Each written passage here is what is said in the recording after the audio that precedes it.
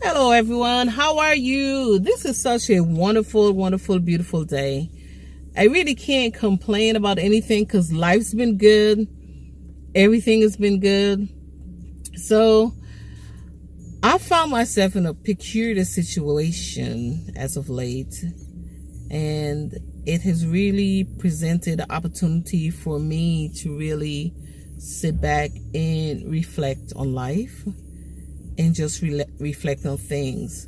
So, just like most of the federal government workers, I've been caught up in this furlough drama, saga, chaos, whatever it is you may want to call it.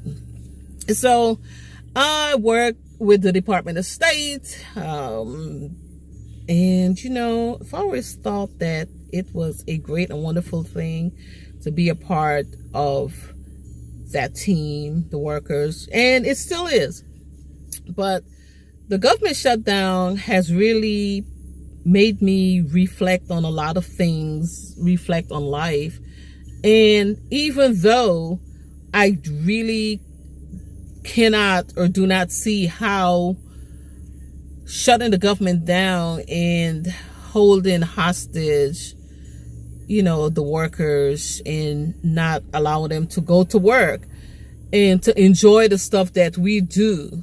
And I love working at the Department of State. Every day I go to work energized, refreshed, and I feel so great because I'm able to see how what we do at the bureau I work for, how it impact on the overall mission and goal of the Department of State. So even though they were worried that the government was going to shut down, I believe in my mind it was going to happen or is going to happen at that time because of the type of political environment that we find ourselves in these days.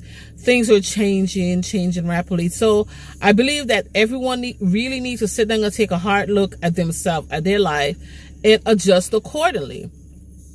I, like many workers, I said, just caught up into it. And I have to say that even though I knew this was going to happen, I really didn't pay attention. But I think going forward, things like this are going to happen over and over. So I think everyone really needs to step back and take accountability and see how it is that they fit into this really changing, harsh political environment that is playing out every day. But I really have to say that even though that I really, looking back, fault myself for not really being more financial and fiscal responsible, even though I do work in those environments that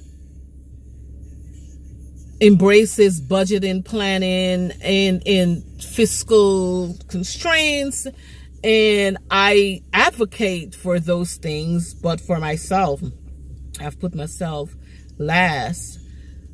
I've been revived and refreshed, and I feel that this whole thing has given me a new outlook on life. So instead of sitting home and feeling sorry for myself, I started looking at ways where I could cut back on certain things. I got up every day, start working out. I started taking a Zumba class, and I took one last night, and I felt so refreshed.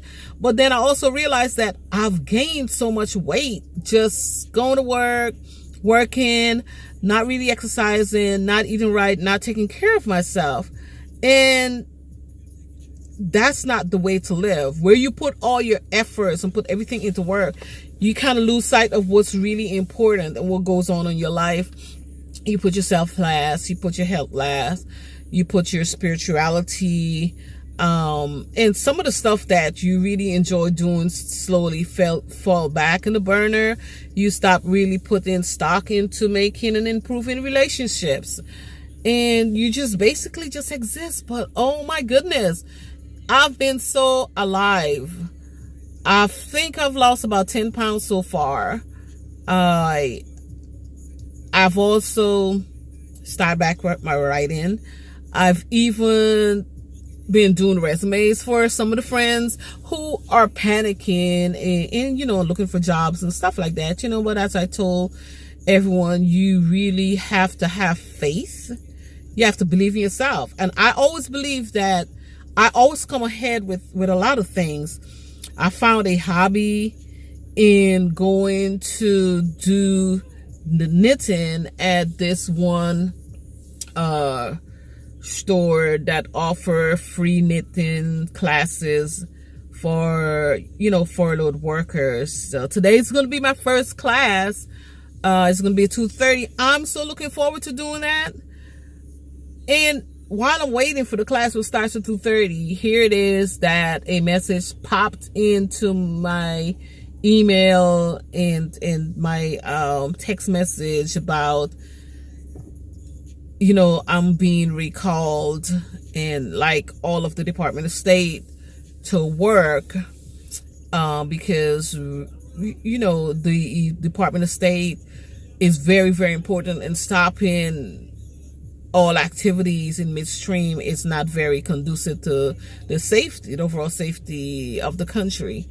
There's a lot of stipulations, but I really have to say that, even though I don't support or I'm not on any sides of anything, and I try not to get involved in all of this political mayhem, it is hard sometimes to stay focused. I look at the news and I just realized that I had to get up and stop looking at the news, any of the networks, because it made me start feeling very unstable and start panicking, and I started just getting out and working out every day. I was doing something instead of just sitting around and feeling sorry for myself. I'm not sorry for myself. I find that I am in charge of me in my life, and no one could take that away from me. So I believe that everyone is going to overcome, and I think people need to do that. You need to stay focused. You need to believe in yourself. You need to believe in whatever God or whatever religion you believe in, because this too shall pass.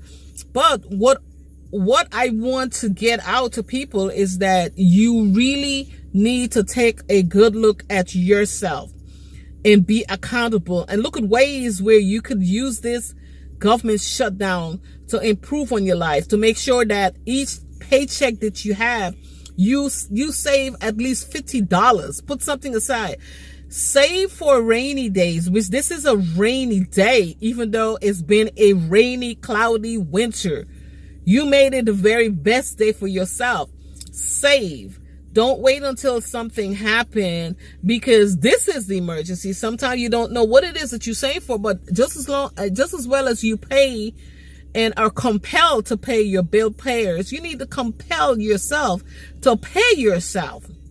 So that little extra $50 per paycheck will add up, and just be disciplined enough not to touch it. And this is something that as I'm saying this, I'm really talking to myself, to tell you the truth.